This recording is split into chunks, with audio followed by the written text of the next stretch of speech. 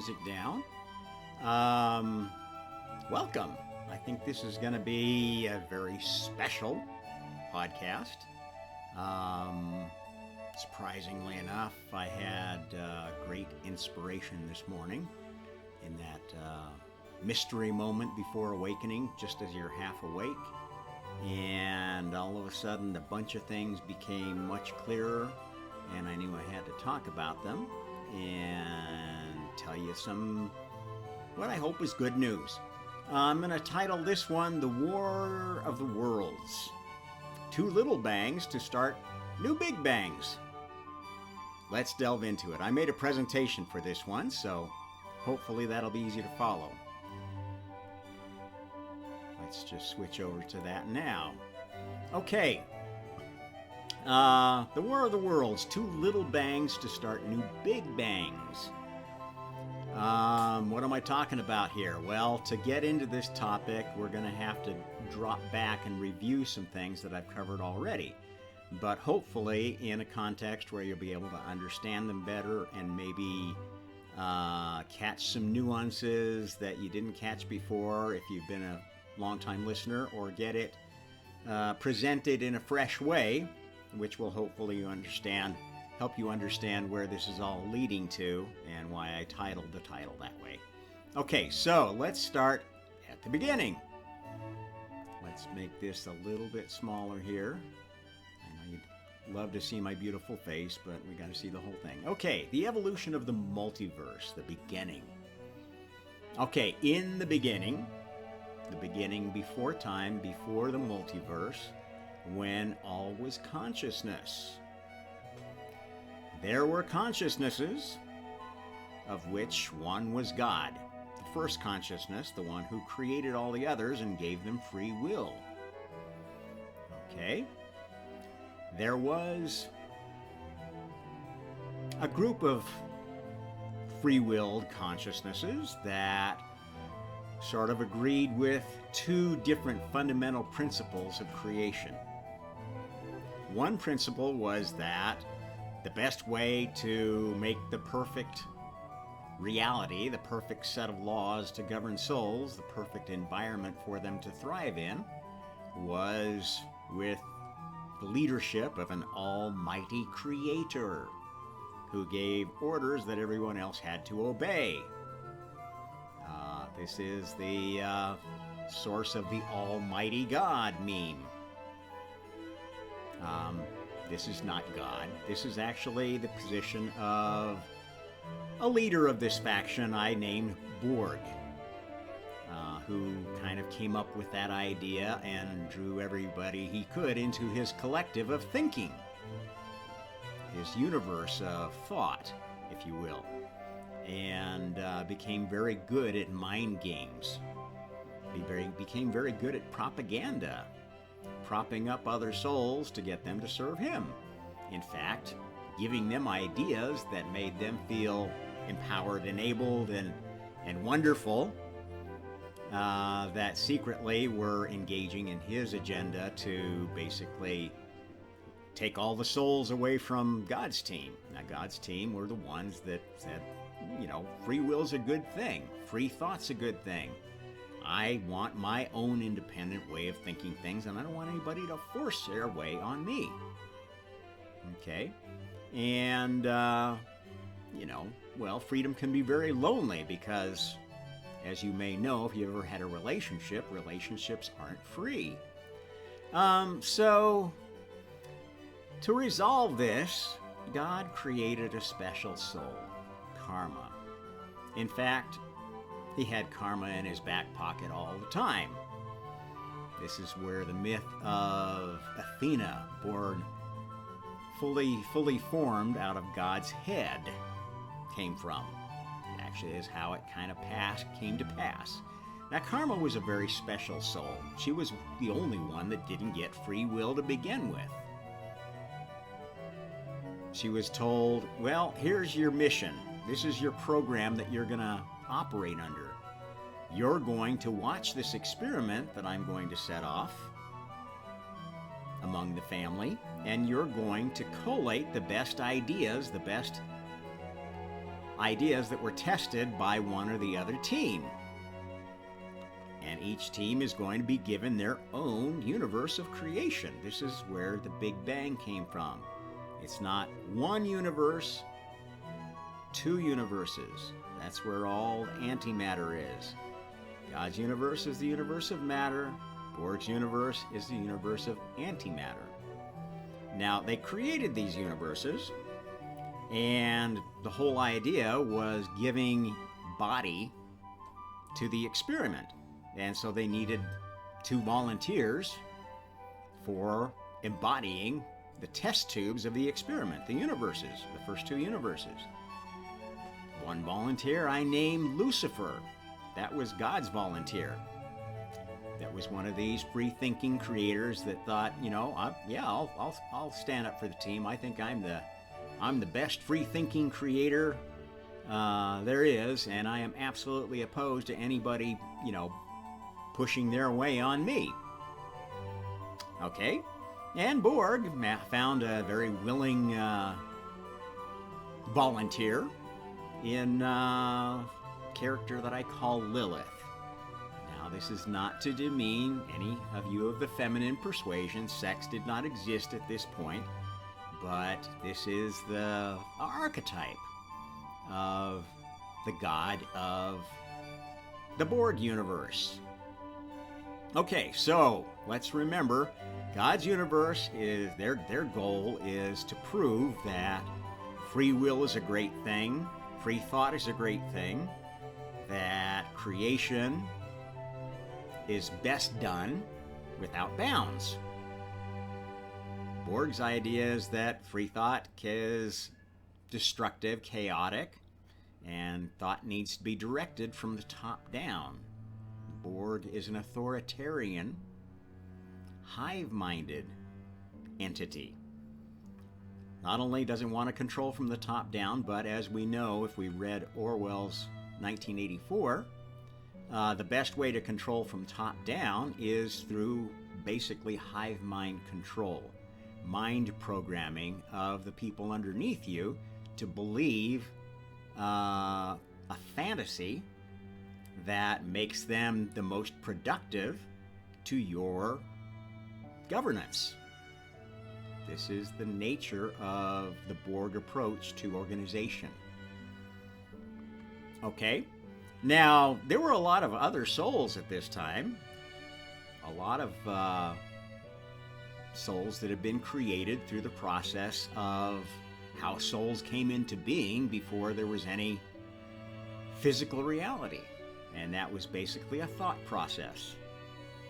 God thought up the first other soul, which happened to be karma, and gave it its nature, its existence, without free will, and then thought up other souls that did have free will and weren't maybe aware of karma just yet.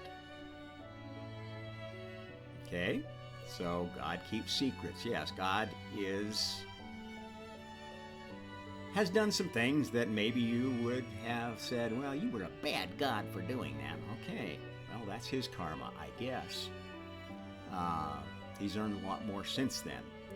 Okay, so the other kids basically fell into 3 broad groups. There were the more conscientiously creative children who thought along Luciferian lines and wanted to create, knowing that what they were doing was creating a set of laws that everybody could live by so that you could have the most freedom, the most creative freedom. And creativity was rewarded as was its due. The creator of the best things, the most useful things, should have special powers, one would think. Okay, and then there were hive mind fantasy loving children who basically said, oh, you know, Borg's telling me, or Lilith is telling me I can have this, this, this, and this if I go live in their universe. I can go to this special planet that she's prepared and become a rainbow unicorn and live in this rainbow fantasy land, and everything will be perfect. And there were some that wanted to play the game that way and bought into the Borg ideal. And these ones, basically, in exchange for living out their fantasies in each incarnation in this, what was essentially a game. What?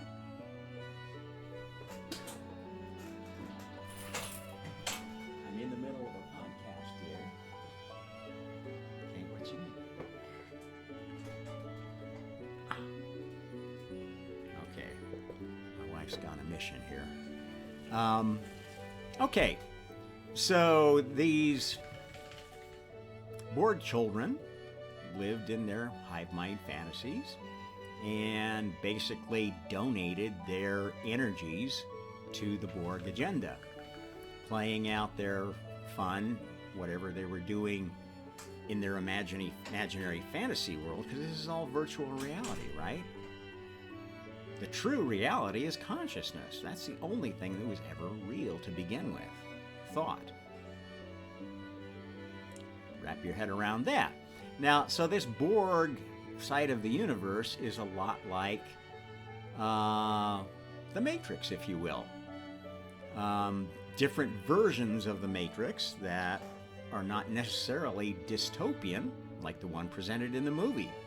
They could be, you know, what are those characters?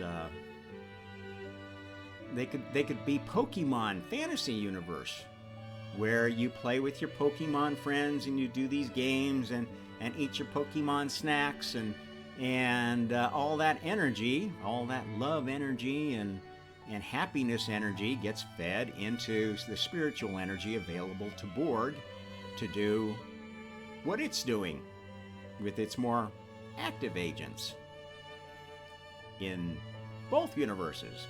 The thing is that these two universes started out as parallel universes. Okay, that's where the whole matter-antimatter thing came from. They started out as parallel mirrored universes. And things that were created in one side had an anti-side that were the mirror image of what the other team was working on. This is how they agreed on a lot of the early laws of the basic particles. Not all the properties of them, but they got the game evolved enough to make stars, to make galaxies, to make clusters of galaxies, to make hydrogen and maybe some of the other elements. This is how this game worked. It was a virtual reality game, and it was all about creation and what you could do with creation. And some of the characters, it was, you know, I mean, if you're old enough to have ever played Pong, for instance, the first video game, you know that it was very basic. It had basically a little paddle-shaped thing on one side, paddle-shaped thing on the other side that could move up and down according to the controller of each player, and then a little ball bouncing back and forth. And you had to stop the ball and hit it back to the other side. And if it went off your side, just like ping pong, okay, that's why they called it Pong. That was a very basic game that is very similar to the kind of games they played in the early multiverse. Throwing planets at each other, seeing who could build the biggest planet, the biggest solar system, the biggest galaxy cluster, seeing what happened when they kind of collided them together, seeing who could make the most beautiful one, the prettiest one, etc. That was how the game was played in those days, and for creatures of pure thought, that was a lot more fun than playing thought games that they could never actually come to any conclusion about who won. I think this, you're right, you're wrong. Yes, no, you know, it's an argument clinic. Nobody can prove anything because there's no test mechanism. And that's essentially why physical reality started, as a test tube for these ideas, organized around the two fundamental ideas of, is free will a good thing or not? Which many of God's children had come to the conclusion that God was an idiot. Their father was an idiot. He didn't know how to raise kids. And I think if you're a parent, you've probably heard that from your teenage kids, that you're an idiot, you don't know what you're doing, and they know better than you what they should be doing with their life and how they blah, blah, blah, blah, blah, right? This is how our kids are made into useful idiots on the political scene. That tendency to think you know better than anybody else just because you turn 16 or whatever age you become a pissant, is a very vulnerable age, because all you need to do is pander to their fantasies of elitism, of superiority, of narcissism, and you can pull them into your dark universe of Borg-like thinking, hive mind thinking. Okay, and then the third group of souls were the ones that were, kind of like, well, okay, this game's interesting. I like the idea. I supported starting this whole thing, but I'm going to sit it out until I see what's going on here. Because I don't trust God. I certainly don't trust Karma or Borg. And I don't know. We just heard about this Karma thing, and I don't know what she's going to do. She's not like any of the other children. We don't trust her either. So, these were the lazy and fearful couch potato gods. I'm going to sit back and watch. And I think we know quite a few people that are fence sitters today. And that's basically the three groups of people that you find on the planet to this very day. This is a pattern that repeats, and this is a characteristic of creation. It's about patterns that repeat. The pattern of the Trinity, the first Trinity, the original Trinity, God, Karma, and Borg. Actually, there was maybe an older Trinity of the first three gods that were known to each other, and that's another story I tell in another version of the creation, because there's many ways you can tell the story. The first version I told didn't have Karma or Borg in it. And it was a truth after a truth, and that's how truth develops. That's the essence of this philosophy / religion that I call omnism. If you go back and listen to my very first podcast, you'll hear that that's the essence of what I teach, is that there is absolute truth, but it's very difficult to get at. You got to unfold layers of onion till you get to a truth that seems to fit.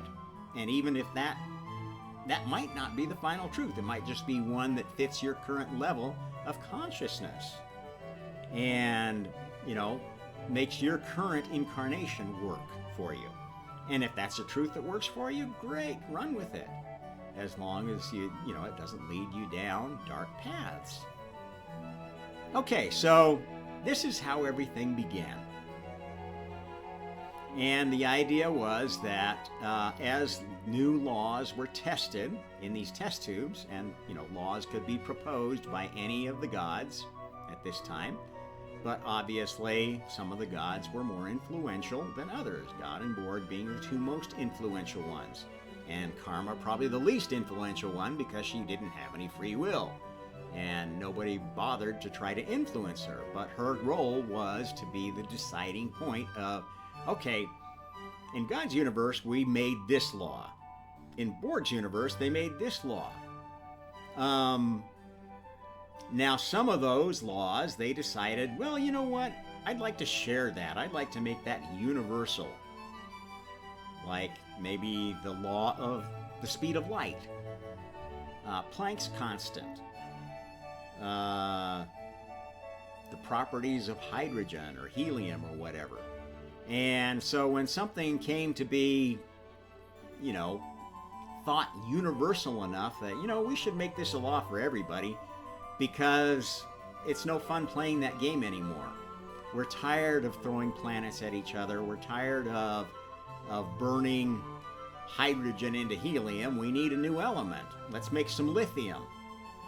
And this is how new laws, new ideas were gestated.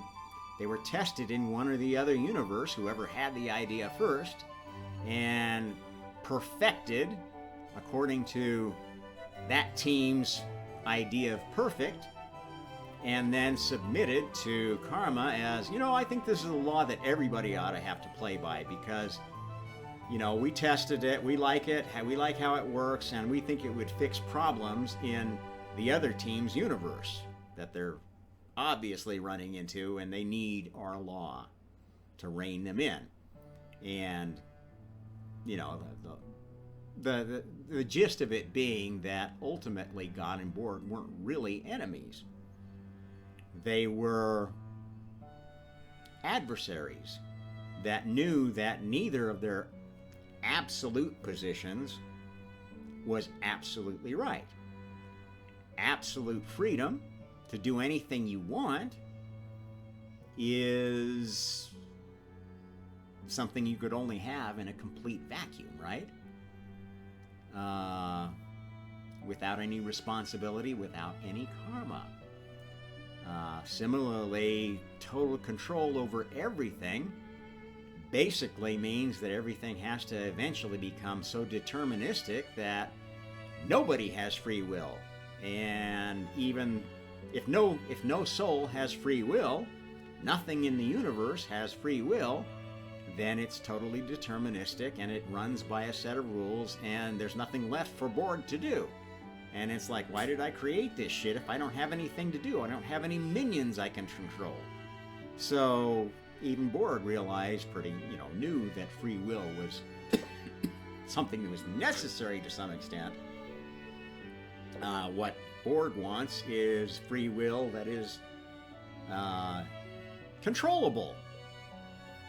Thus, that's why Borg tends to be the champion of hive mind species, hive mind governments, which communism is basically, at its heart, a hive mind ideology. It says the bourgeoisie and the proletariat will be perfectly happy if we do this. Everybody will be equal, everything will be perfect, blah, blah, blah, blah, blah.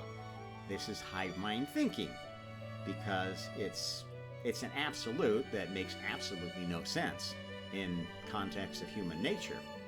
Yet people still think, oh, we're just going to do communism right and it's going to be perfect. And the same thing with capitalism. Oh, we just force capitalism on everybody and get rid of anything that's not capitalism, then the world would be perfect. And of course, that's insane because human nature makes capitalism subject to cronyism.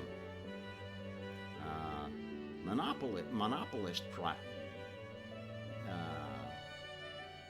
companies or monopoly creating or cartel creating or mafia creating, taking advantage of a freewheeling free market to do dirty underhanded deeds behind other people's back, which is the dark side of capitalism. And communism does the same thing, it just does it under the umbrella of the state, saying that it's good for everybody. Anyone that is witnessing what's going on in China right now can vouch for what I'm telling you. Okay, so this is how it all started. Let's move on. I'm going to skip some days of creation because some of these days were not that exciting.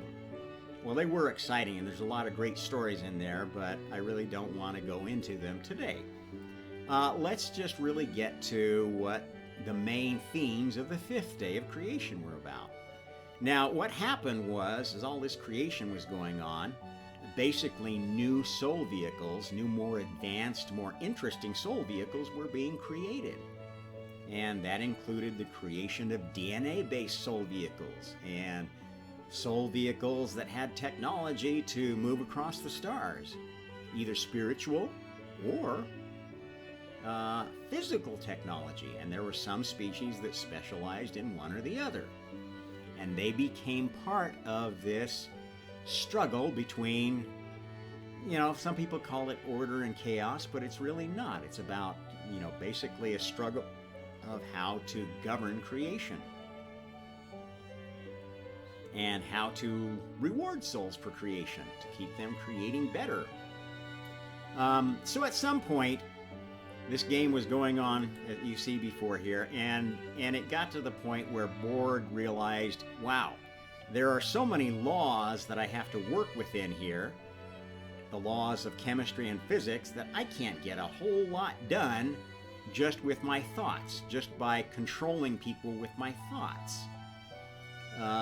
Because there are so many things in here that are run by programs that have been set by these laws of physics and chemistry. And, I have to kind of live by those rules if I'm going to be part of this system. So Borg got frustrated and said, you know what, I'm going to go play the game myself. That's how I'm going to win it, because if I'm incarnated in the game, then I can exert my power physically. My spiritual powers now have new abilities, new capabilities by taking them into this world. And of course, this is the whole idea of the multiverse. This is how God got everybody to play the game without taking away their free will. Think about it.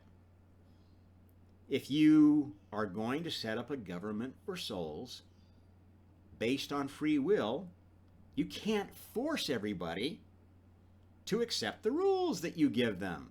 That would be against free will. It would be breaking your own first commandment, which God didn't do. Except once, when he created karma, for a very good reason. Okay, so in the fifth day of creation, Borg got so fed up with God's team always out-creating, out-competing his team, and by this time these laws had percolated such that souls were playing in both universes. It wasn't just God's team here and Borg's team here. That's not how it was split up. There were little pockets of God and Borg happiness in both places. And at this point, each of the senior gods pretty much had their own little special tiny test tube within the big test tube to experiment in. And God had his own favorite one. It was this little solar system and one of the outer arms of the Milky Way, the Sol system. This has been God's playground for a long, long time. And in fact, it's been Borg's playground for a long, long time, because this solar system has been the one piece of these two first universes that is still parallel. It still is this anti-this, okay? So there are actually two Earths associated with those first two universes. One that exists in the Luciferian universe, one that exists in the Lilithian universe. Now, when Borg decided to play the game, he thought, well, and these have been fighting for a long time, pushing against each other, trying to conquer territory, because as far as a lot of these souls know, it's all physical. And, the only way that anyone's going to win this battle is by conquering all the known multiverse, which means all the territory, at least in the one universe you're aware of, even if you're not aware of the multiverse. Okay, so Borg thought when he came down to personally run this universe, and that actually happened because Lilith finally said, to hell with being stuck as the lead of your universe. I want to go live a little. I want to go enjoy some of these new soul vehicles. I don't want to be a universe for the rest of my life. I want to go be human. Or something like it. And this is why I call her Lilith. Because it was the creation of sex that was kind of the straw that broke the camel's back, that got this Borg servant to defy her master and say, I'm not doing this anymore. I'm not running your universe. I'm going to leave it. And when she left it, she exercised a power that she didn't know that she had, which was to quit. To commit suicide, effectively, from her current position. And in doing so, she stopped being the master of the Borg universe, who could actually control events and actively play the Borg part, and reincarnated as some other thing in the game, as maybe a proto-human or something like that, and leaving behind a virtual soul, because you can't leave any part of the multiverse without a soul running it. And this is what I teach about souls, is this is how the multiverse works. There is only one higher level version of you, but there are many zero level versions of you that run on automatic pilot. And every time you switch universes, you commit soul suicide, if you will. You stop playing the game in one form, in one universe, and move to another universe. You get replaced by a stand-in. So at this point, there was a stand-in in charge of this other universe, the Borg universe. And Borg didn't like that. He said, nobody's gonna, they're just running things on autopilot. I don't have any control anymore, because that was like my number one lieutenant. And they're not following my orders anymore. They're doing their own thing. So Borg took the bait and incarnated as the leader of his own universe, which is what God knew he would do eventually. Okay, so now we get to this case where, and interesting enough, Lucifer had already been doing this. That's why there's so many names that we give to this demiurge, the male demiurge. This is another term that you might think of these leaders of these two universes. The male demiurge, the female demiurge. And there's many names that Lilith has taken. There's many names that Lucifer has taken. Satan, Yahweh, all sorts of names. And to the extent that those gods that you worship represent free will and choice and openness and honesty, they're descended from the Luciferian line, or they're descended from the Lilithian line. See how this works?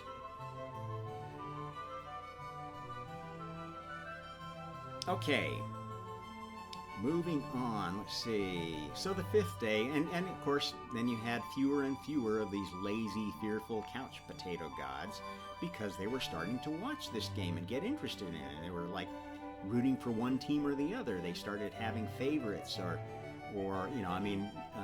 just like when you watch, Game of Thrones, and you see the dark side, the ones you don't like, getting ahead. You want to go get in and join the next battle, right? And that's how a lot of them got persuaded to play this game voluntarily, not forced. And at this point, God kind of backed off and said, I'm going to stop. You notice that in the beginning, God was actively proposing and laws and, kind of actively involved in this process.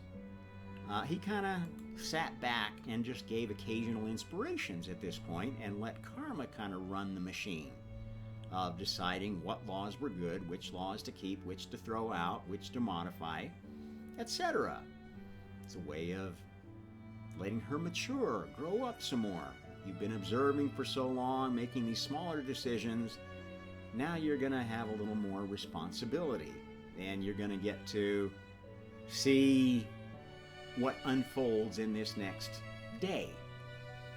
And, that put karma under a lot of pressure, didn't it? And made her wish that she had more free will. And the wish for free will is how you get away, how you divorce yourself from programming, from being on the Borg side, from being a zero-level soul that just follows a program. Okay, so as this war in the heavens was unfolding, and yes, there's many records of that in our history, in the inspirations of science fiction and fantasy, most of those are reflections of dreams we've had about something in this grand scheme of everything that happened in the multiverse.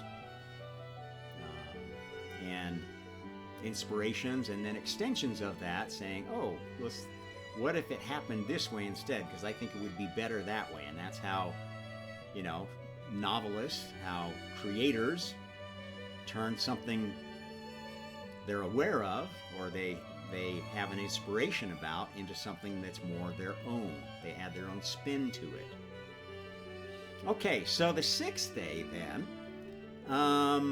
what happens at this point is God says, you know what? Karma, I think you deserve to play the game yourself.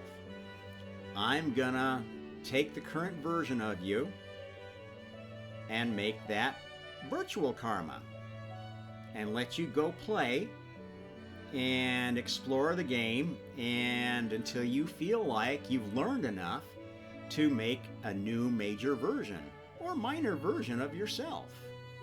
And then you come back and you tell me, and you can be reintegrated into a new version of this virtual karma and then go play the game again. And, finally, I'm going to give you the reward that I really had in mind for my favorite daughter, because you are my firstborn. You are my favorite daughter. I didn't give you free will because you were my favorite, because I had a special mission for you. And I didn't want all of the others to know how favored you were until you were ready to understand it yourself. This is the point that happened now. Okay, so now Karma goes and she's playing the game too. Now mostly she plays on the God side, right? She's been basically birthed from God's mind. She was driven by his programming that he gave her, driven by the programming to find the best, the most fair, the most creative, the most beautiful laws, and make them patterns that repeat, that are hard to change. So you can't change these laws without creating something better. Okay, so this process of virtual karma starts working, and you still got all the souls here playing the game, but now they're working within this karma system, and they have limitations. They have to work within the layers of karma. Each different version of karma they have to master before they get to be a god again. They're playing this game. They've all signed up to this because this is how they thought they were going to defeat karma. Oh, she's going to come play with us? Good, then we can beat her up, because everybody hated karma at that point. Still do, a lot of them, right? That's most of the Eastern religion practices that acknowledge karma think of it as something bad that you have to escape, but you're a bad person because you have karma. It's all very negative. And, their idea of enlightenment is to escape karma, escape the wheel of reincarnation and karma, which is insane. That's like escaping from the best game that was ever designed because you don't like playing it. You're not very good at it. That's stupid. Get better at the game. At any rate, by playing this game, the rules became, with each version of karma, that to get to the power of a god level character again, you had to earn it through this process of reincarnation and karma.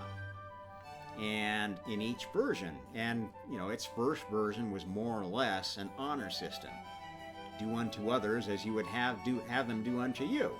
And if you mostly pleased other people, you were thought well of by the God team, and you were thought badly of by the Borg team, who had been unsuccessful in trying to control you.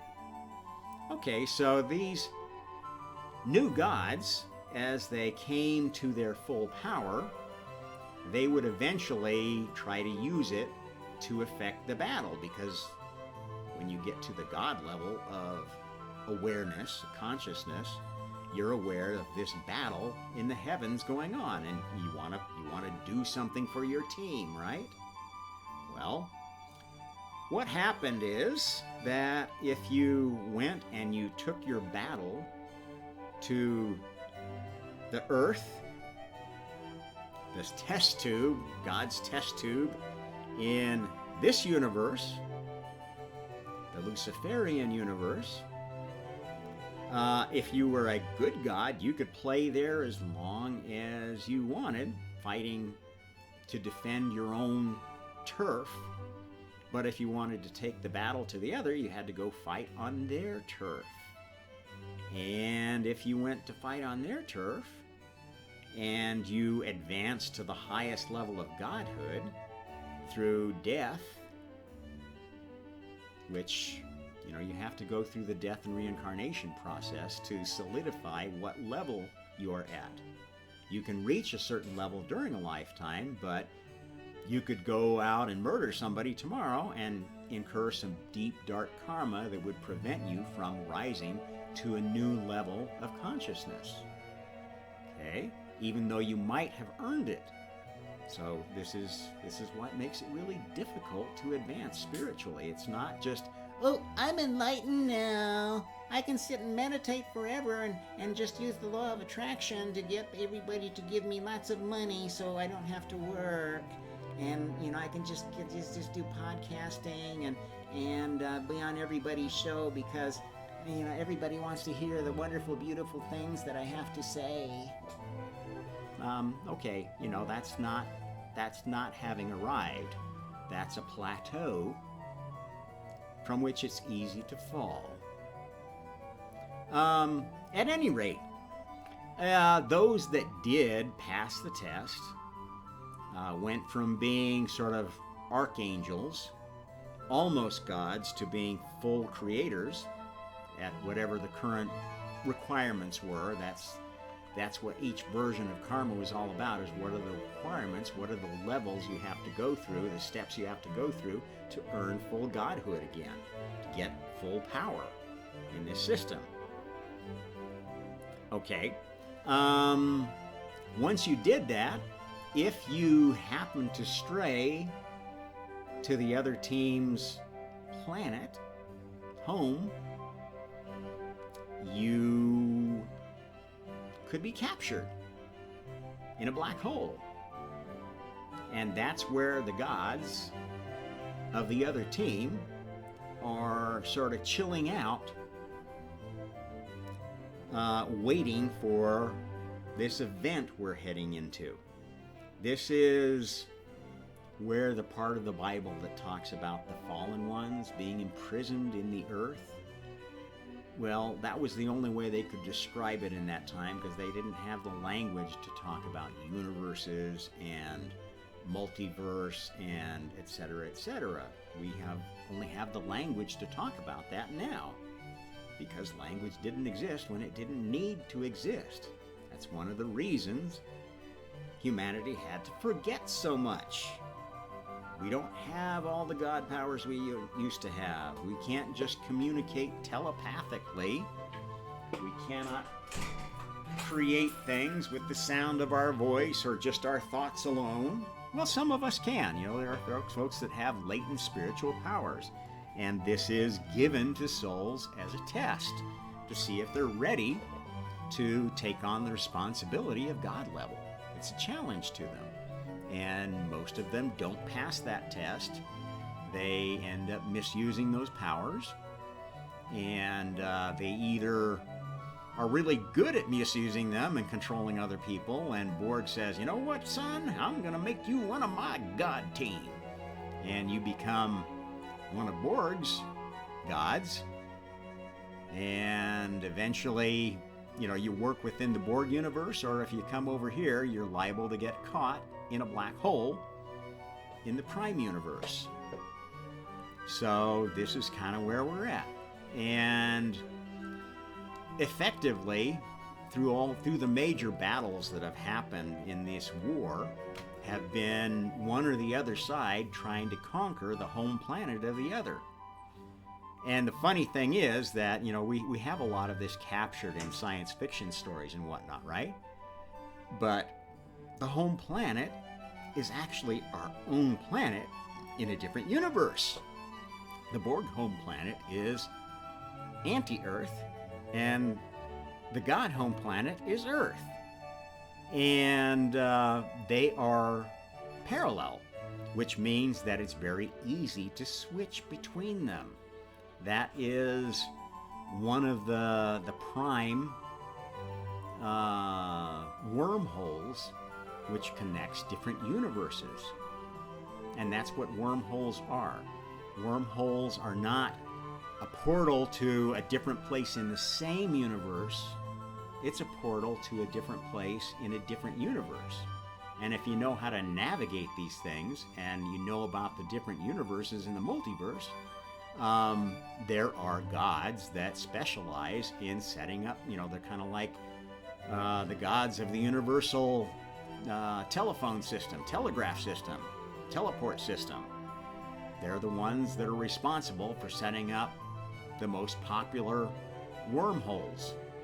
They know wormhole technology in and out, and they can create them wherever they're approved to create them, because that's how it works now. At any rate, we're still talking about the 6th day, however. Okay, so Karma's playing the game now. There's new gods and goddesses emerging and getting trapped in karmic black holes, and they pretty much stay there pending the completion of the Gaia experiment. This experiment of 2 Earths, which is kind of the end game of this whole thing, is when can we play this game to the point where karma is perfected to the level that we can spread it outside this test tube of the 2 parallel Earths, because those are the places where new versions of karma get tested. The chosen species throughout all of history were not chosen because they're so good, they're so wonderful, they love God, and they're the perfectly faithful ones. No, they were chosen because they were the best crash dummies that had been created yet for doing this experiment. They're test subjects. The chosen species, the chosen people, were test subjects for major ideas of the plan. That's who the tribes of Israel were, test subjects. There were 12 of them because there are 12 levels of the Merkaba system. And each tribe represents one of those levels. I've talked about that in another segment, so I'm not going to get to it here, but if you like what you're hearing here and you want to hear more, look at my other content, because most of this stuff I've already talked in detail about. Okay, so kind of at this point, these couch potato gods became really active observers. Imagine them as like the fans of the most astounding reality show that has ever been put on. This is what they were watching here. And the reality show, it got a lot more interesting when all these other gods started developing their own ideas within their black holes. And everybody was wondering, what are they working on there? I can't see into that thing. I know I really like that character and I like that god, but gosh, it's captured in the black hole and I can't see what it's doing anymore. And I want to see what they're going to create, what ideas they're going to come up with. When is this thing going to be over? And so some people were, rooting for the finish of this whole experiment, and others were rooting for it to go on because it's like, well, the game is more fun than I don't want to see who wins. I want to see who loses. And, you know, there's people that kind of play the reality show game that way too, right? You play your favorites or you play your anti-favorites. Okay, so this is kind of how the 6th day was laying out. That leads to the 7th day. At some point, God decided that, you know, okay, karma's gotten to a level where we're ready to have a final test of karma. Karma level 12. A karma that's fit for the gods. How do we prove that? Well, God himself has to take that bitter pill of this final version of karma, which now includes reincarnation amnesia. So it is a very bitter pill because it means that God's going to forget who he was, what he was, forget the plan, forget everything, and play this game just like all these other souls that have been playing the game for a long time, and some of whom are still playing with older versions of karma that don't have reincarnation amnesia. There are some playing the game that are even playing the very first version of the game that didn't have any time limits, any reincarnation. You know, you played until you didn't want to play anymore and you wanted to switch bodies. And they knew that as long as they didn't go to the test tube world where karma was being developed, they couldn't catch this disease of karma. And so yes, there are some players playing the game who are still the old gods with fairly unlimited powers as long as they don't get anywhere near either the Earth or the anti-Earth, because those are the places that have been infected by the latest version of karma. Okay, so at this point, well, you know, God's out of the picture, so who's judging this whole thing? As you see in the last one, you know, kind of the final judgment on what laws were in, what laws were out.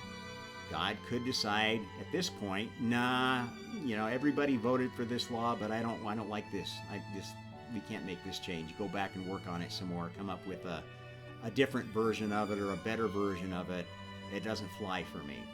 And, you know, mostly he was concerned about what these major versions of karma were, because that was the most important law. That was the whole reason for this whole experiment, was to develop a government for souls so they wouldn't drive each other crazy, arguing, fighting, in conflict, but yet they would still create things together and play together and make things together, because the absence of that isn't any fun. And if you've ever known anybody that is so into oneness and love and togetherness that that's all they think about, you know they're not much fun to be around. They have nothing else to talk about. You know, oh sure, they have other passions and stuff. It'll come out when you start talking to them and you realize that, oh, well, they're really not one. They're my one. Another little jab at the oneness cults, which I'm not too fond of. Okay, so the 7th day, God, Borg, and Karma are all playing along with all the other souls in this game. Now there's still some sitting out that are being observers. Now they kind of have to be the judges of what's going on here. And their only way to judge is to say, oh, this is not going the way I want. I've got to change this somehow. And they jump into the game. And the game gets pretty chaotic at this point. It gets pretty fractured and twisted, and everybody gets at each other's throat, because that's how you get these guys excited enough to come and play. Right? And that's the only way we get all the souls into the game. Until we get all the souls into the game, and all the souls of their own free will taking on the law of karma through trying to fight this celestial battle for their own team, we're not going to get to the final solution. Okay, so this is 7th day of creation stuff. And where does it end? You notice that I call the 7th day of creation, it begins the passion of the Christ. Okay? Christ is a very misunderstood term. Let's talk about messiahs briefly. There is not just one Messiah. There is a Messiah, capital M, that you could consider the Messiah, which is the reincarnation of God during the seventh day. Because God is trying to wake up to his former self using the same system that all of the children developed to teach each other. And we're not going to know it works well until the old man himself can pass the system. And that's how we've been fine-tuning it during the seventh day. So the Passion of the Christ basically is a series of lives that God has had in myriad species, myriad planets, all kinds of situations. Sometimes would not wake up at all, would, happen to stay at zero level consciousness. I'm running my program, and I haven't found any reason to deviate from it. And that was, okay. We got God to waste a life there, didn't we? And other times he'd wake up to a pretty high level. One of the times was roughly about the time of this person you call Jesus, who was not actually one person. It was a time that was ripe for those kind of incarnations. There was an energy there that was attracting messiahs. And that's what happens when God incarnates. The energy of God's incarnation attracts a lot of anti-God energy. Borg trying to gum up the works to prevent God from waking up, because Borg doesn't want God to wake up. That would give God's team an advantage, wouldn't it? And during the seventh day of creation, Borg's team had an advantage, and many times God's team was reduced to only this one planet, or even not even this one planet. The whole planet being wiped out and it having to be repopulated by God-level species from elsewhere. That's happened. It's been a long seventh day, and God has come back in a lot of different forms. There was an incarnation of God around about the time that the Jesus myth started up. But it is none of the prime candidates, because what you were looking for in a Messiah was not what the Messiah is. Because most of you were thinking, oh, he's going to be some glorious guy that's gonna conquer evil and come out of the clouds riding in on the white horse and blah, blah, blah, blah. That's Borg stuff.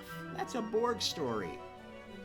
That's Borg's vision of God, and that's what was happening during all this time when God had disappeared and Borg was already playing the game. He was masquerading as God.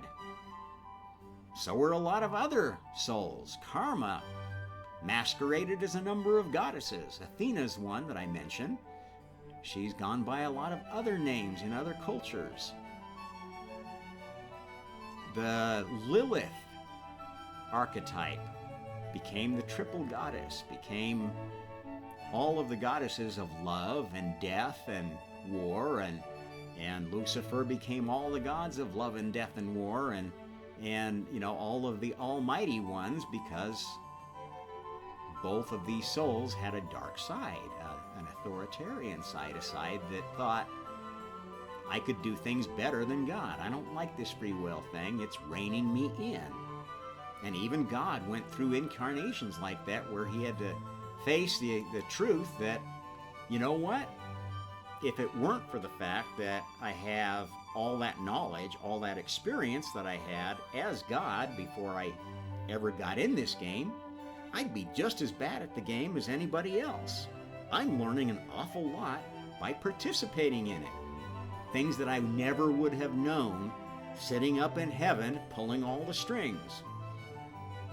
Now, maybe there were times where God did that, and there were other versions of this creation story that we don't know about. I'm telling you about the one that worked, and the one that is documented from one point of view or another in all the writings that come down to us in all traditions. That some piece of that truth is captured in all of the things that ring true in our culture. Movies like The Matrix, The Terminator, they're all things that ring true to some extent based upon a certain view of this game. Okay, so the observers sort of get to be the judges and started getting pulled into taking a closer hand at this. And what they started realizing, oh, okay, this is what karma really means. If I just give a little hint to somebody, if I just give them a little inspiration, don't tell them where it came from, maybe it's from their own thoughts, maybe it's wherever, then they can do with it what they will, and I'm not really influencing them. I'm not pushing them. I am not committing the karmic sin of tyranny, of trying to control and manipulate another soul. And this is what karma is all about. This is what they got wrong with the Ten Commandments. The Ten Commandments are very materialistic laws, and there's a lot of clauses that don't make any sense from a spiritual standpoint.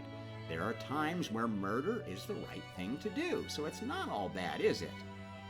There are times where, I don't know, what are the other sins? Watch the other segment I did on the Ten Commandments. I talked about that already. At any rate, they got even more sucked into the game without, having God over there to kind of keep things going. They were like, oh my, look what he did. He jumped into the game. And now we're the only ones out here. And the only ones with this pure spiritual power of thought that could influence it. But if we try to influence, then we're going to try to we got to get in the game. Oh my God. So this is the tough spot the observers have been in. And many observers have kind of given in to their desire to help out and incarnate it. And they still have sort of their observer status for as long as they don't do something very karmic or they don't enter the confines of this planetary experiment where karma is being gesticulated, if you will. Okay, so what happens, though, when God fully wakes up? That is the end of this day 7. Okay, which is going to start day 8. What happens then? Well, we've proven karma works. We've tested it even with the hardest test ever of having all of the senior gods. Well, maybe not all. Maybe there's still a few holdouts in the observer class. So, there's still more testing to do. We're still going to be making new laws, still evolving, but it's good enough to let out of the test tube.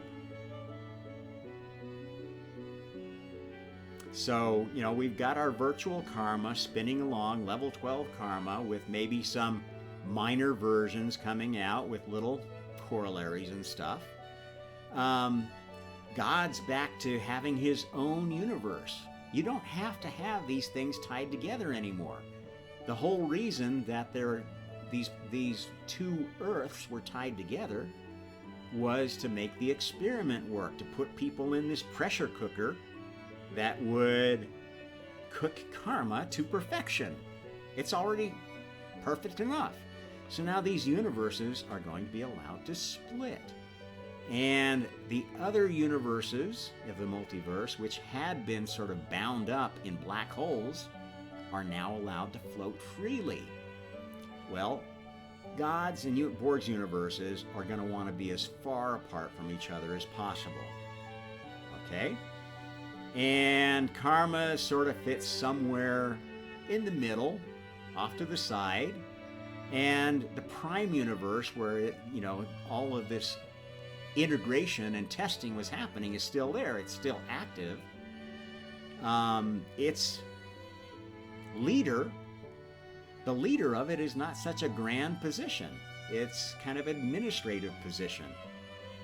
There is a current leader of the Prime Universe, and it's somebody that specializes in, you know, managing universes, I guess. You know, that's a certain specialty. And that's essentially what each of these other gods has done, is specialize in something. Now, you know, because God's not all about religion. You can't solve every problem in the world with religion, can you? You can't solve every problem in the world with science. You can't solve every problem in the world with government. You can't solve anything without specialized talents. And that's what the system of gods is all about. You have top-level gods in various specialties. Now, the top level of all top levels is God, the first creator, because he knows the most about everything. He's been around since before the beginning of any other soul. Knows all the fails and foibles. Well, has maybe some blank spots because he was, you know, out playing the game during day 7, so he's still learning stuff, and he's still going to be incarnating when he wants to.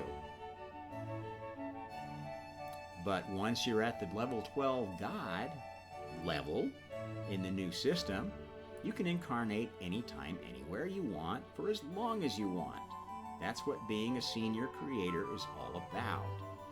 That's why they had to be kind of trapped in these black holes to keep them under wraps. Because you've got that much power that you'll mess up the experiment if you're not reined in.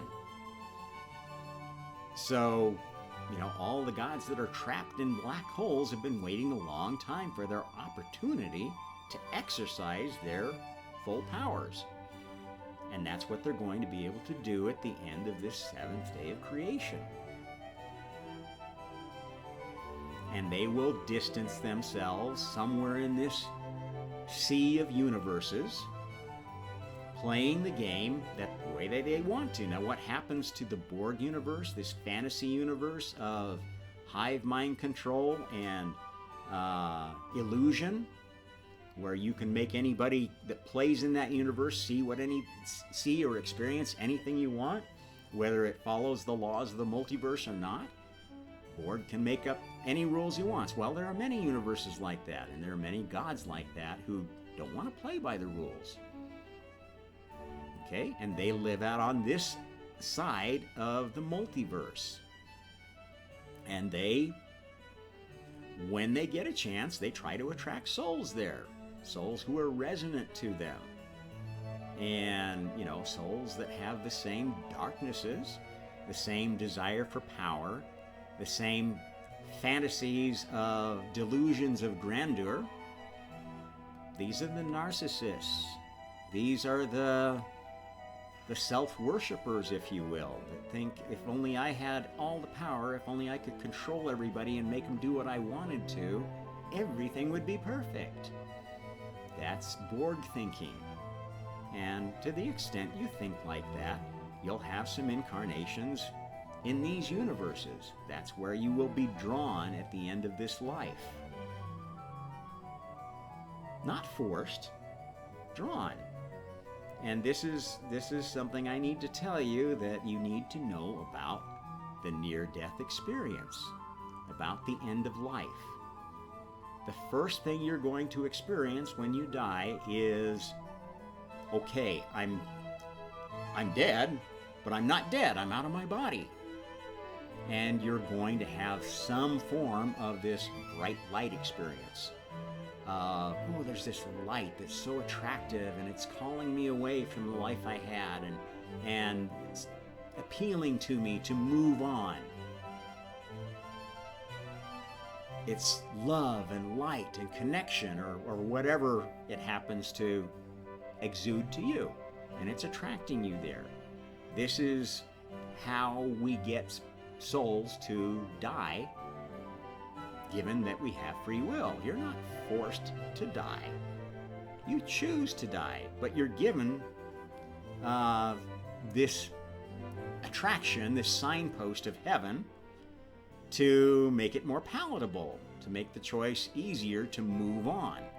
And to the extent that you are attracted to moving on versus staying in the life you have, you will make that choice. This is why we have near-death experiences. Sometimes you make the choice to go back, or you're encouraged to make the choice to go back because that's what your spiritual guides think would be best for you. I mean, don't take my word for it. Go read about the accounts of people's near-death experiences.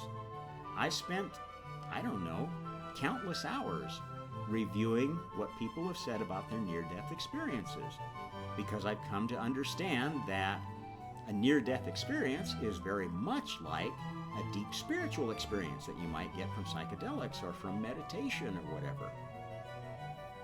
Okay? But you've got to understand what it really is. It is not enlightenment. Oh, I just go there and I've arrived. No, it's a transition. And anybody who's had a deeper spiritual experience than that will say, oh, well, after this bright light thing, after kind of crossing over, then all this other stuff happened, and I interacted with this entity or that entity, and I saw Jesus, or I saw Buddha, or I saw Shiva, or whatever. I mean, look at all the different range of near-death experiences people have had, and they are all valid points of view. They are all people. Well, you know, I guess there are probably some people that made up a near-death experience because they thought of one that would be cool, and they didn't really have that. Okay, that's fantasy.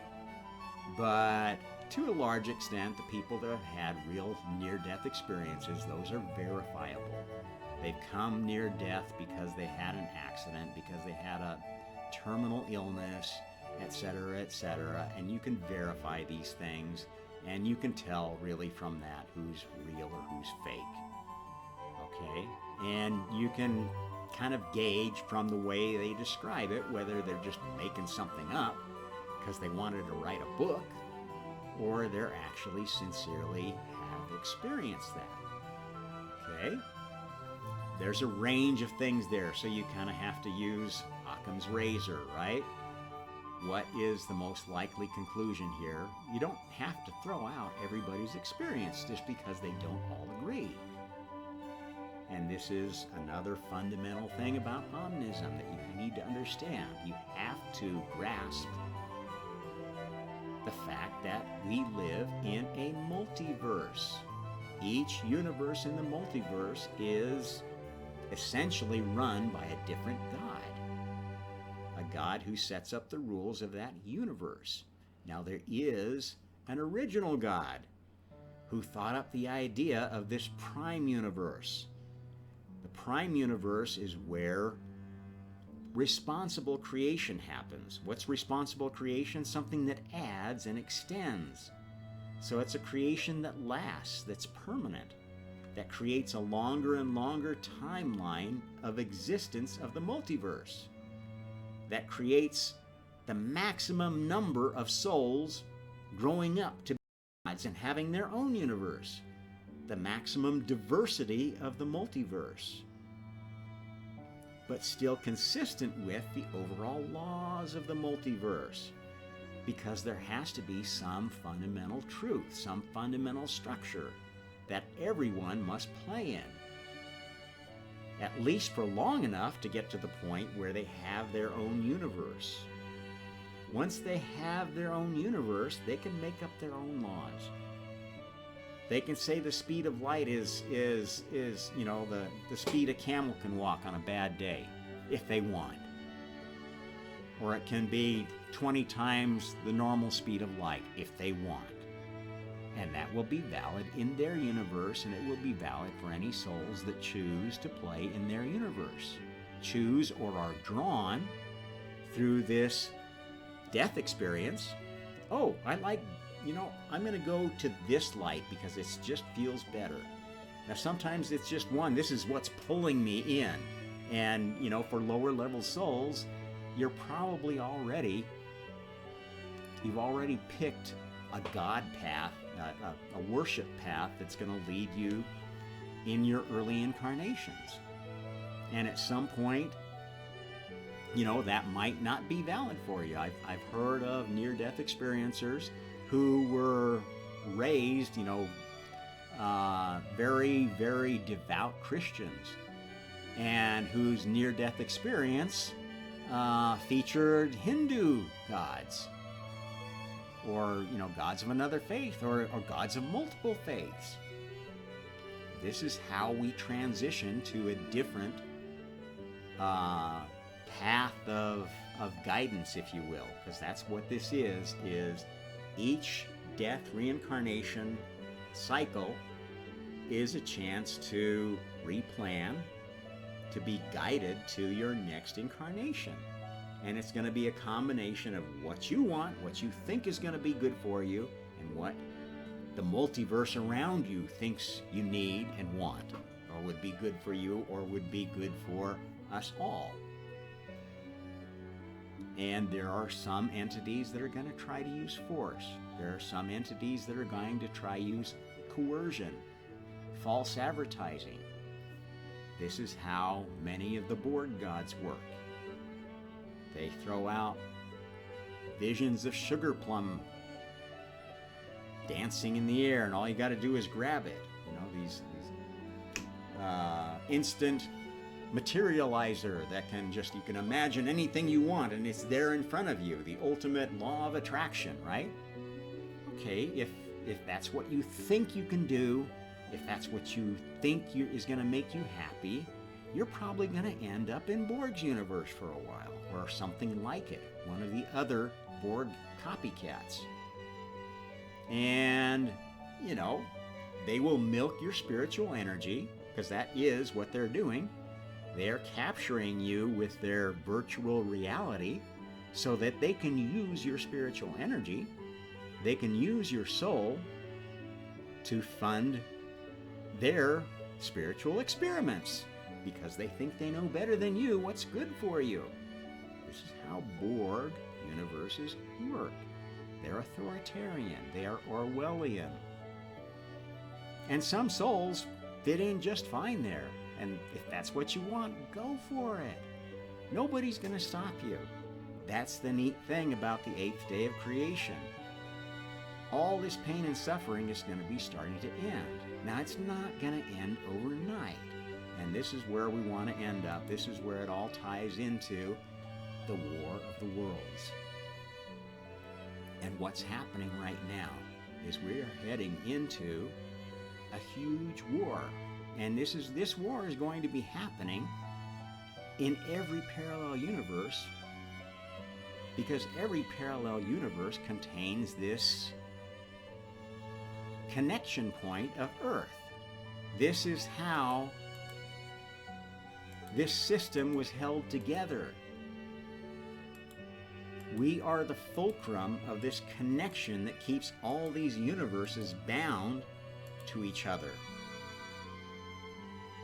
And in tight conflict, in uncomfortable conflict. This is the last battle that we're going to be fighting on this planet before the law of karma is released. What does that mean? It's going to be released in every universe. That law of karma is going to be infecting souls and expanding. Now, this means that this is why the Earth has sort of been quarantined from the rest of the developed species. The previous God-level species don't want to be infected. They like things the way they are. They don't want to get the latest version of karma. They don't want to have to forget. They don't want to have shorter term limits for their lifetimes. They don't want to lose their spiritual powers. They don't want to lose the balance of power between more spiritual species and more technological species. They don't really want to lose the balance of power between Borg and God. They like the authoritarian systems they have, or the level of authoritarian system that they have.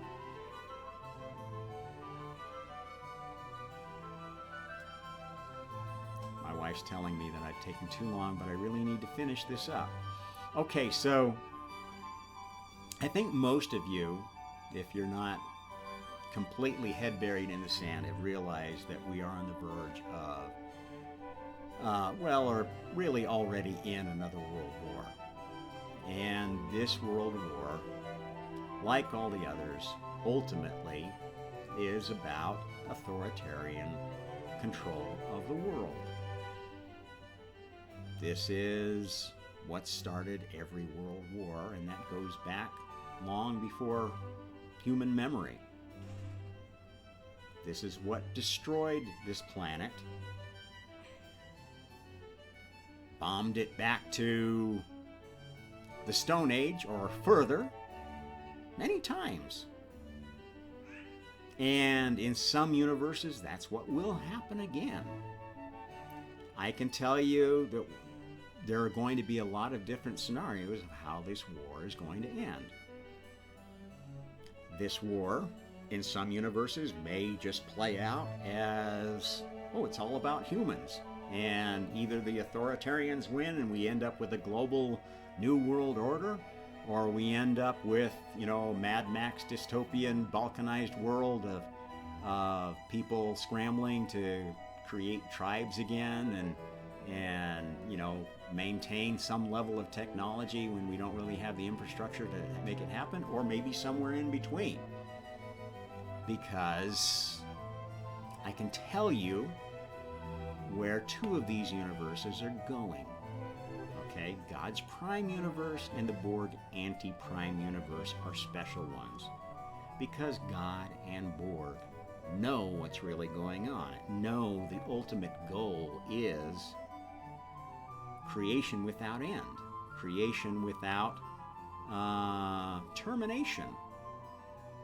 Creation requires conflict. That's why this battle in the heavens has been going on so long. It's great for creation. There's new technologies, new soul vehicles. This is what it's been all about. This is how we got to this point. Okay? And it's not just going to stop because God woke up and he's going to, okay, everybody, game's over. Let's all just be happy and I'll be one and I'll give each other love, love, love, love hugs and let's forget about creation anymore. This is perfect. No. No. It's not perfect. Anybody can look around and find something that's not perfect. If you can't, you are an absolute idiot and you belong in the Borg universe. You don't have a creative bone in your body if you can't look around you and see something that might be made better. Do you disagree with that statement? It's true, and there maybe are people that are completely non-creative and want to have, just play a game. And that's what they're creating the metaverse for, isn't that? They think that maybe there are a lot of humans that just want to go play in a game the whole time and every time I can, and then go out once in a while so I can earn some money for the man and go back in the game and spend all my time and my money in the metaverse where I'm buying not real things with real money and serving the Borg. The Borg of Mark Zuckerberg, or the Borg of some other metaverse creator, or the Borg of the New World Order that has forced the metaverse of metaverses on everyone on this whole planet. Some universes, that's how it might play out. Now, in God's prime universe, I can tell you what's going to happen next. The remaining Borg army is going to be fighting tooth and nail to keep a bastion on this planet, but they're going to be losing because the moment they die, they're not going to be reincarnated in God's prime universe. If they are not very creative, they're probably going to go be reincarnated in one of the Borg universes as a minion. They're going to go live out some fantasy life and provide their spiritual energies to the Borg team for the next round of the war. And it's not over. Okay, this is just one day of creation. It's the day we win the battle for Earth. This is why a lot of the New Age community talks about New Earth. This is the splitting of these things so that you're not going to be flipping back and forth between them depending on your karma. This is what the Mandela effect is. If you've ever noticed that, you're switching between these universes, trying to chart your course about where you're going to end up at the end of this incarnation, because this is a very important time. People are flipping around, organizing themselves, because these universes are getting ready to split, and you're going to be in one of these worlds or another for the end game. And that splitting is already happening. There are people dying. There are people dying for a while now who are being replaced by dying or just being replaced by virtual souls, non-player characters, they call them. Many people who kind of have just the pure matrix point of view call people around them that seem to be just operating on a program NPCs. And to some extent, that's what they are. Because the real version of them, that is the most conscious version of them, is off in another universe playing out that scenario. And they've got a programmed decoy playing out in this universe. And God's prime universe, this is where we're getting to with some of the biblical prophecy. You've heard the prophecy of the 144,000. That's essentially how many souls are still going to be human when this is all over, when the end of day 7 is over. You don't need that many humans to go on to the next day of creation in God's prime universe. What's the next day of creation? Well, we've got to take this knowledge of karma, the knowledge of the real truth, and we've got to seed it across the rest of the universe. There are many, many planets that are still ruled by Borgs, by Borg agents, by gods that are trying to get a foothold in the prime universe that don't deserve to be here. We got to drive them out. Now, sometimes we'll be able to convince them, we'll be able to convert them to an understanding that, you know what? This war you've been fighting, this battle that you think your existential battle between you and this other species, or the Galactic Federation and the blah, blah, blah, anti-Federation, and that's not what it's all about. You've lost the program. Get with the program, or if not, get out of the way. If you're going to get in our way of spreading this new karma, we're going to have to terminate you. Yes, we will kill you. Out of love, because we know that you're going to reincarnate in a place that you belong better. You'll be much happier if you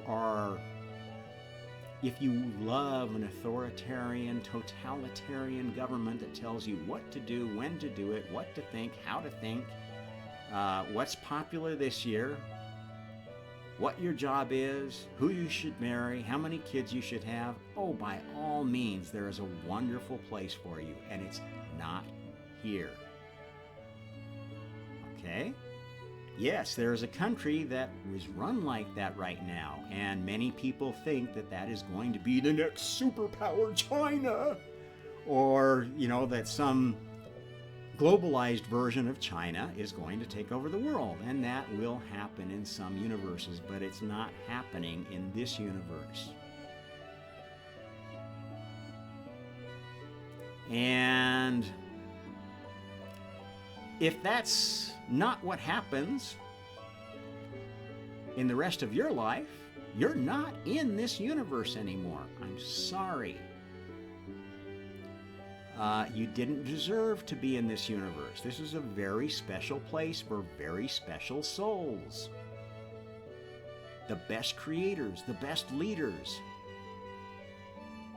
the most conscientious souls in the multiverse get to play in God's prime universe, because that is the ultimate test bed for new laws, new patterns that are going to be allowed to pervade across the multiverse, that will be shared forever. The art that is going to be admired for as long as anybody admires art. It's not every Madonna, or I don't know, what are some of the pop idiots that are you know, making the charts. You know, it's not going to be those people. I'm sorry. They may be big name artists right now in this world, in this universe. In the grander scheme of things, they don't have what it takes to create permanent, lasting patterns. They're cheap imitators, knockoffs, which is, you know, basically what China's good at, right? Cheap knockoffs. This is what all of pop commercialism is about. Making you buy cheap knockoffs because you think the brand is somehow better than any other. And you'll pay 10 times as much for a brand name thing just because it's got the brand name. And you heard from media that, oh, whoa, Apple is the best thing to buy. You can only be a happy smartphone consumer if you got an Apple or an Android. And, you know, both of those are run by very dystopian globalist corporations that are trying to create a hive mind to some extent. So, you know, there are corporate players, there are national players in this game, and there's a lot of players going on. And it can be pretty daunting to know what to do, who to follow, where to play in this if you want to end up in the universe that you would like to be in the future. And all I can tell you is that the karmic cardinal sin is tyranny, or going along with tyranny. Somebody that buys an apple just because it's an apple. Apple is the best. Apple can do no wrong. Democrats are the best. They could do no wrong. So-and-so is the best. Trump is the best. He can do no wrong. I'm sorry, you're not cut out for the prime universe. If you think one thing is perfect, that it's going to bring you salvation if it just gets elected, if it just takes over the world, I'm sorry, you're not the sharpest soul in the shed. I don't know how to break it to you, but you've got a lot of work to do before you're ever going to get to play in this universe. Again, you've only been getting to play here because we've been doing a different game. We've been playing this Day 7 game of perfecting karma, testing it, the final test with God actually experiencing it himself and adjusting this final law of karma that works even for gods. Everything from newbie souls that just winked in from one universe to another to a god is optimally trained by this system of reincarnation and karma. It's been proven. We don't need to do any more experimentation.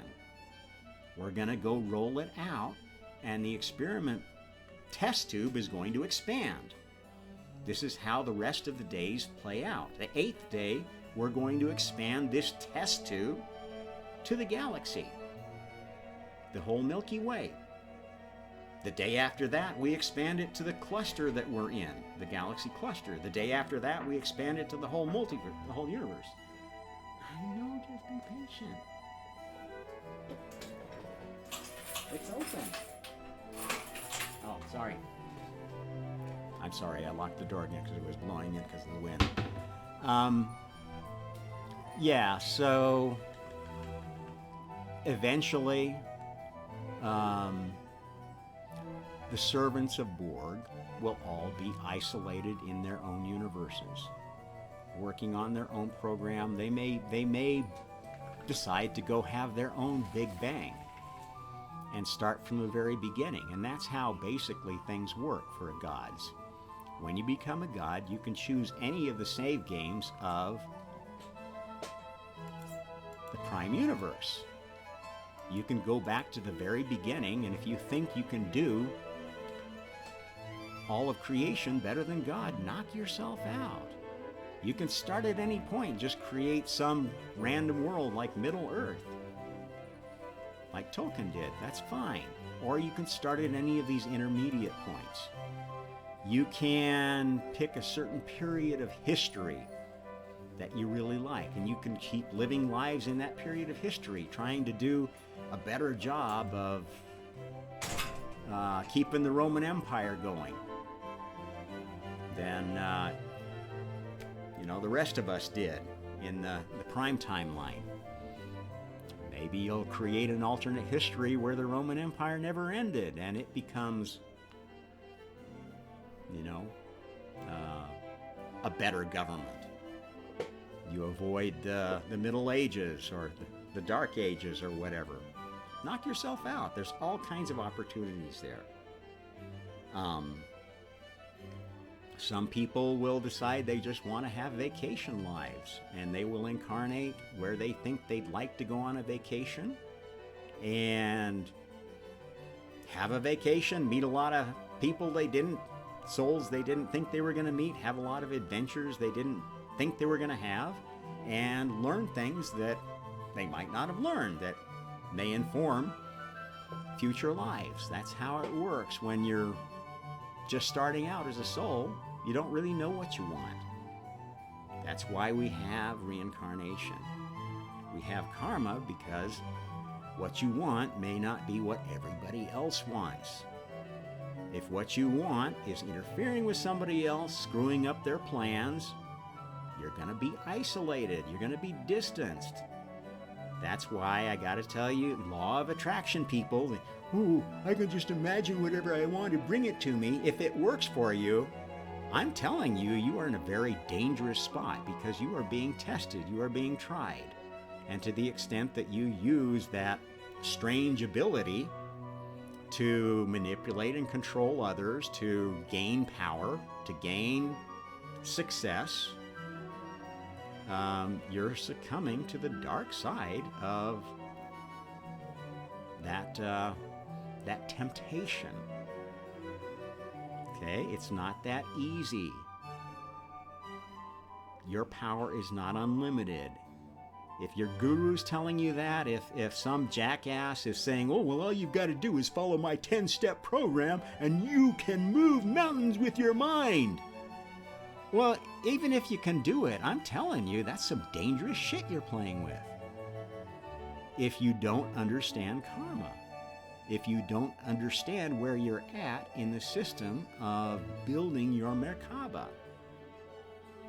And, I talk elsewhere about the Merkaba, so I'm not going to go into detail on that here. There are other segments on that.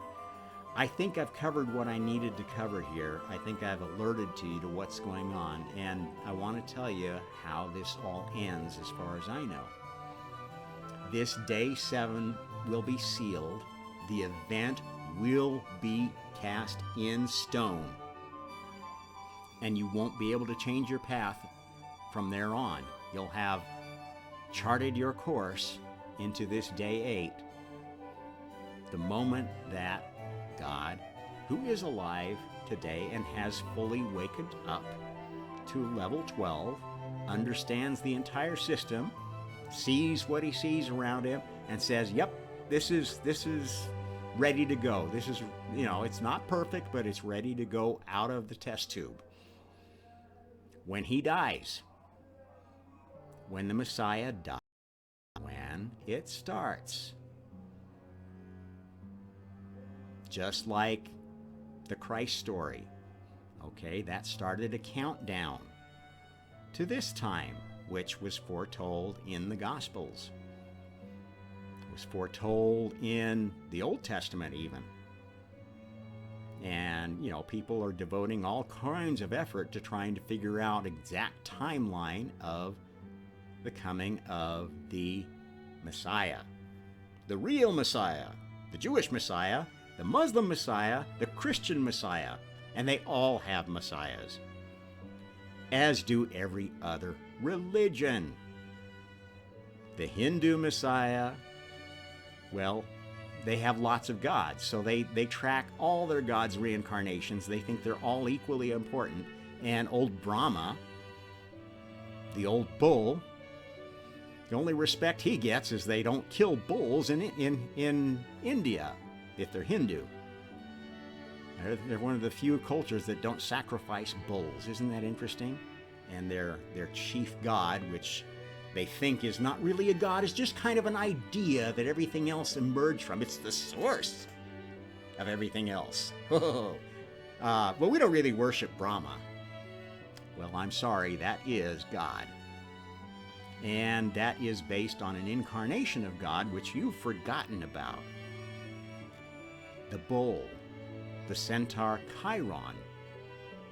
The real reason we had the Chi-Rho symbol being the one that Constantine saw and attributed his success in the Milvian Bridge battle to. The cult that was remembered in the Serapeum, the Library of Alexandria. The reason why Christians were so determined to destroy that last vestige of paganism, because that was the last remembrance of the Christ before the one that they were pretending to have, which they didn't know a shit about. Made up a bunch of stories, turned it into the Catholic Church. And every other version of Christianity built on after that was a lot of the same lies. You don't get to heaven. You don't get to advance spiritually. You don't get anything doing nothing. You don't get forgiven for all your sins just because I have Jesus in my heart and I'm forgiven for everything. He took all my sins on him. Bullshit.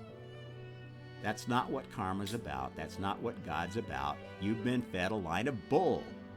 A lot of entitlement, virtue signaling bull that has made you avid consumers of Christian dogma.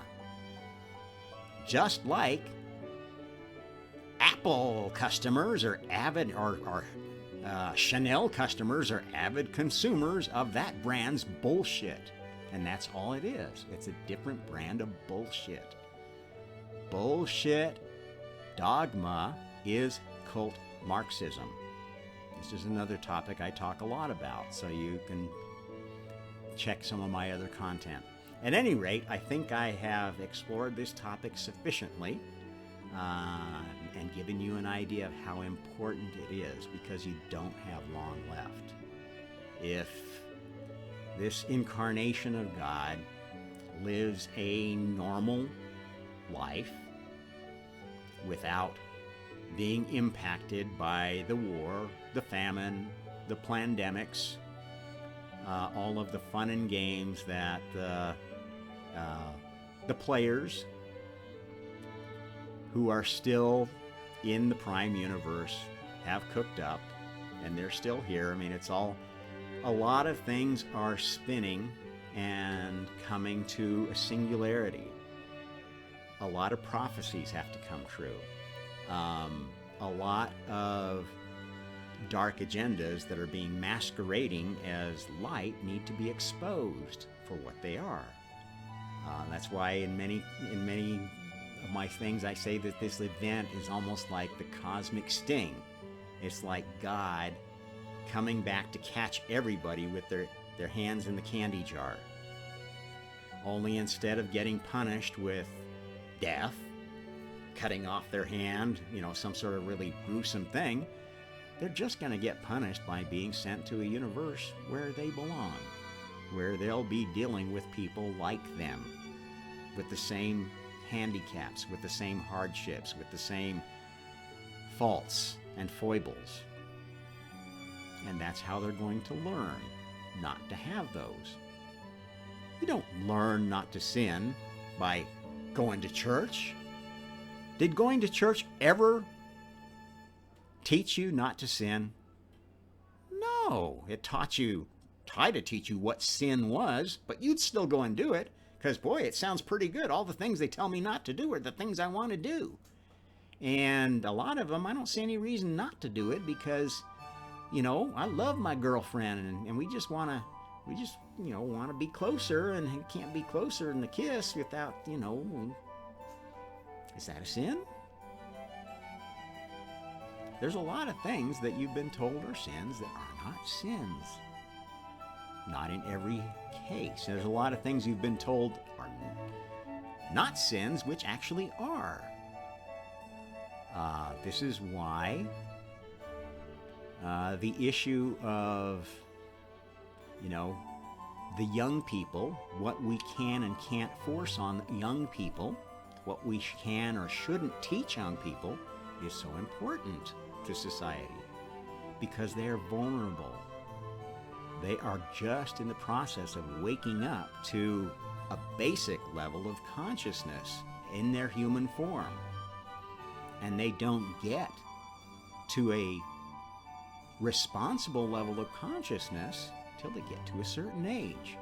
That's not always the exact same age. And any of you have known many different children know that some seem to have almost an adult awareness of right and wrong, of sensibility at age 4, 5, 6. And there's others who don't grow up ever and who need very, very tight supervision, or they're going to hurt other people. They are going to commit karmic sins against other people. And we don't want to allow that. We are not obligated to allow that. You are committing a karmic sin by allowing that. That's what makes karma difficult. Okay, you can't just sit back and say, well, there's no good, there's no evil. Let everybody do whatever they want because it's all an illusion anyway.